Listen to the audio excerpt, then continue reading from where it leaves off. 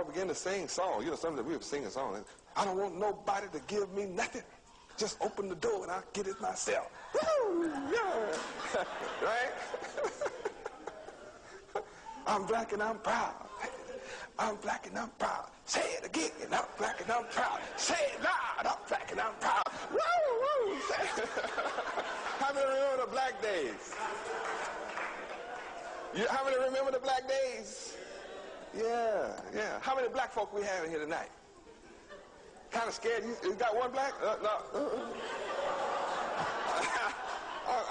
I'm scared about being anything right now. I'm raising some heavy questions. So we come up with this black thing.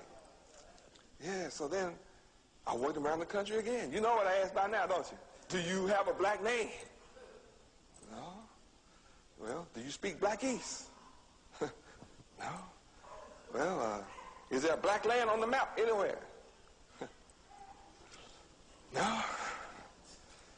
So then black power ceased to be a big thing because we found out we didn't have green power.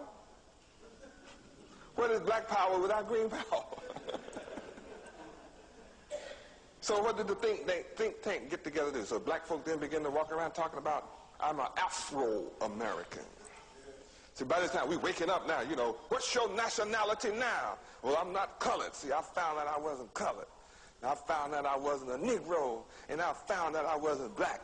But I'm from Africa somewhere, so I'm an Afro-American. Yeah, Japanese-American, Indian-American, Chinese-American, Cuban-American. So I'm an Afro-American. The think tank wasn't going for Afro because, you know, that didn't sound too cool. You couldn't put that together, you know, like, do you speak Afro? So they got together, and 2 years ago, what they come up with? African American. So all the great black leaders said, this ought to shut Yahweh ben Yahweh up, the word Africa. Right? That should shut me down, shouldn't it? That's what they said. So I came around, I asked them, do you speak African? That's what I've been asking these last 2 years. Do you speak African? No. So right, nobody in Africa speaks African. Nobody over on that continent speaks African. Not one person. They all speak tribal languages. You know, like Swahili. Like Mandela speaks Bantu. See, every one of them has a tribe that takes them back to their ownership, ancestral ownership of the entire continent of Africa, coming all the way from Ham down to today. So they speak a dialect of their tribe. Nobody speaks African. So my next question was, yeah, we waiting on you. Come on. Come on with your next question, Yahweh ben Yahweh. Come on. I said, well, do you have an African name? Yes. Nkrumah.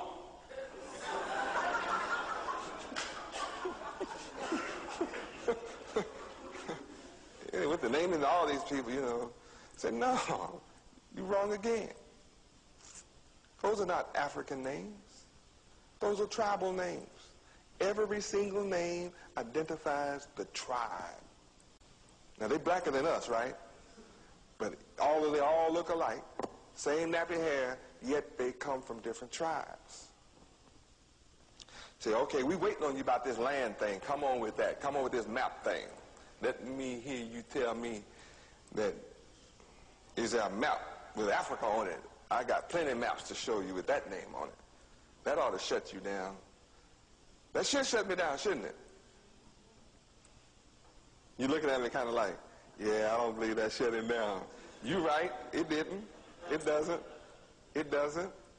Because I have to ask you a question. How long has that continent been called Africa? You look on ancient maps, and that name is not there. It hasn't always been called Africa. Therefore, that's not its name. Since it's not always been called Africa, then you have to ask another question. Who named it Africa? The same people that named you Culpeper, Underwood, Greenleaf,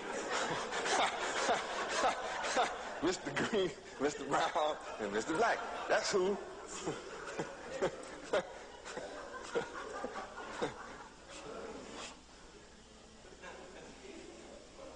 And a people that don't know where they come from can't know where they're going.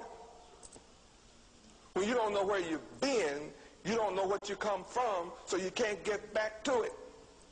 And if you can't get back to your heritage and your inheritance, you are a people walking around on the earth with